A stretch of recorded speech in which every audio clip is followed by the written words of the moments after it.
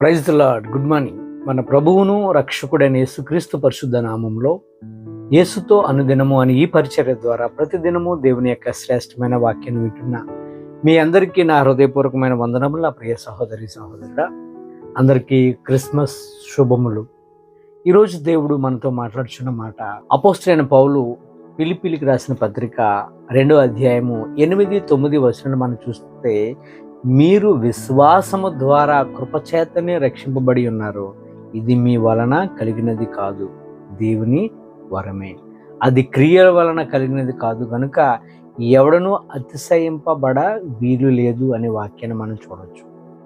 మనం దేవునిపై అపారమైన విశ్వాసము ద్వారా, ఆయన మీద మనం నమ్మకము ఉంచుట ద్వారా, ఆయనను మనం విశ్వాసించటం ద్వారా దేవుడు ఆయన కృపను మనకు అనుగ్రహిస్తాడు.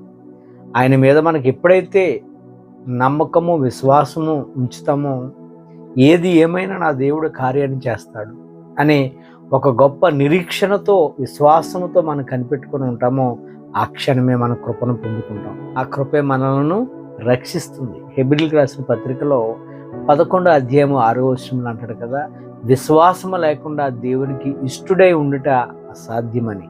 మనకి విశ్వాసం లేకుండా దేవుని మీద మనం ఆధారపడలేము. మనం విశ్వాసం ఉంచటం ద్వారానే ప్రభువుకు మనం ఇష్టలం అవుతాం. ఎప్పుడు కూడా మన యొక్క విశ్వాసము సన్నగిల్లకూడదు. ఎప్పుడు మన యొక్క విశ్వాసము చాలా స్ట్రాంగ్ డిటర్మినేషన్తో మనం ఉండాలి. మనం రక్షింపబడాలి అంటే క్రియల వల్ల రక్షింపబడతామా, విశ్వాసం వల్ల రక్షింపబడతామా అనేది మనం చూసినట్లయితే, చాలామంది రక్షింపబడిన వారి యొక్క విధానాన్ని మనం చూస్తే, వారిని మనం అడిగితే, ఏమంటే మీరు ప్రభువుని ఎలా మీరు అంగీకరించారు, ఎలా తెలుసుకున్నారు అని అడిగితే, కొంతమంది ఇలా ఆన్సర్స్ ఇస్తారు. ఎట్లా అంటే, మాకు చాలా కాలమైందని వివాహం అయ్యి పిల్లలు లేరు, చాలా హాస్పిటల్కి తిరిగాము, చాలా డబ్బులు ఖర్చు పెట్టాము, ఏది కూడా పని జరగలేదు. ఎవరో చెప్పారు, మీరు యేసుక్రీస్తు ప్రభు వారి మీద నమ్మకం ఉంచండి, యేసుక్రీస్తు ప్రభు వారి దగ్గరికి వెళ్ళండి, ప్రభుని ప్రార్థన చేయండి, మీకు పిల్లలు కలుగుతారంటే, మేము ఆ రోజు మరి యేసు ప్రభు వారిని మేము ప్రార్థించడం ద్వారా మాకు పిల్లలు పుట్టారండి, అలాగా మేము ప్రభులోనికి వచ్చామండి అని వారు చెప్తారు.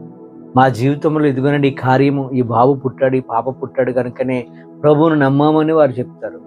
ఇక్కడ మనం గమనిస్తే, ఒక మాటను మనం గమనిస్తే, క్రీస్తు దగ్గరకు వెళితే పిల్లలు పుడతారనే నమ్మకము విశ్వాసము లేకుండా వారు వచ్చారనుకోండి, పిల్లలు పుట్టరు. వారు యేసు ప్రభు మీద విన్న మాట ద్వారా, యేసు ప్రభు మీద ఎప్పుడైతే వారు నమ్మకం కలిగి ఉన్నారో, విశ్వాసం కలిగి ఉన్నారో, వారికి పిల్లలు కలిగారు. వారికి తెలియకుండా క్రియలు జరిగిపోయాయి. హృదయంలో నమ్మేశారు కనుకనే ఆ క్రియ జరిగింది. విశ్వాసం లేకుండా ఎక్కడ కూడా వారు క్రియ జరగదు. ఎవరికైనా సరే ముందు మనకు విశ్వాసం ఉండాలి, అప్పుడే క్రియ. విశ్వాసం లేకుండా క్రియలు జరగవు. యాకోబు పత్రికలో ఒక మంచి మాట దేవుడు సెలవిచ్చారు.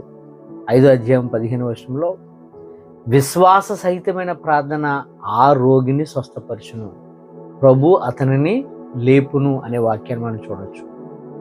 ప్రభుపై లేదా అక్కడ ఎవరైతే ప్రార్థన చేస్తున్నారో ఆ వ్యక్తులపై ఆ ప్రార్థన చేయించుకునే వారు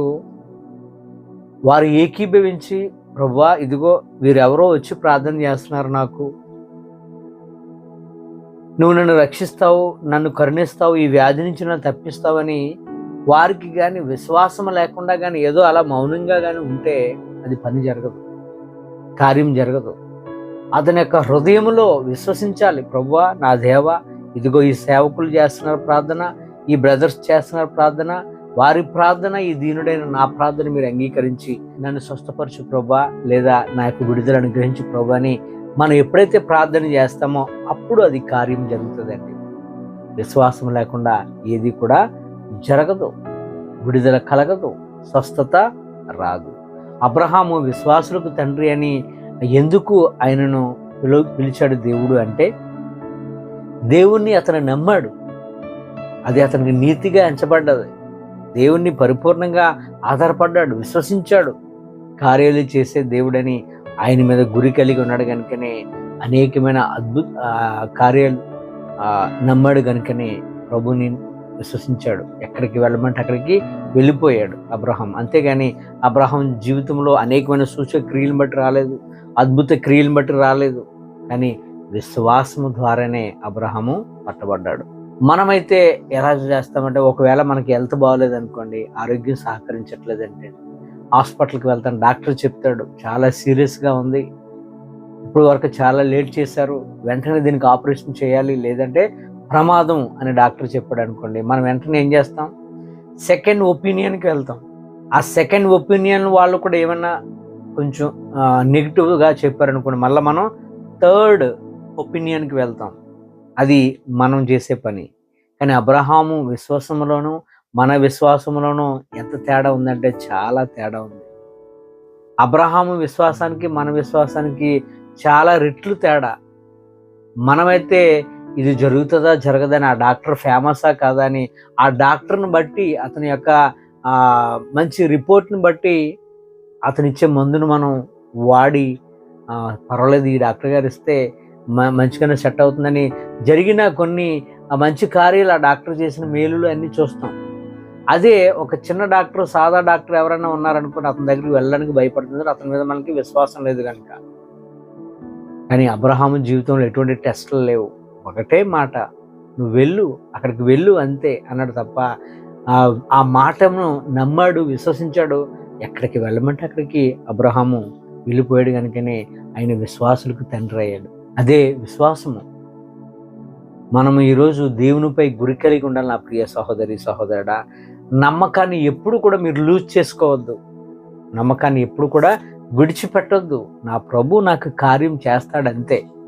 మన నోటి నుంచి నెగిటివ్ థాట్ ఎప్పుడు కూడా రాకూడదు. ఏమో జరగదేమో అని ఎప్పుడు కూడా నువ్వు నెగిటివ్గా ఎప్పుడు ఆలోచన చేయొద్దు. నా ప్రియ సహోదరి సహోదరుడా, నా ప్రభు చేస్తాడంతే, అందులో ఎటువంటి తిరిగిలేదు.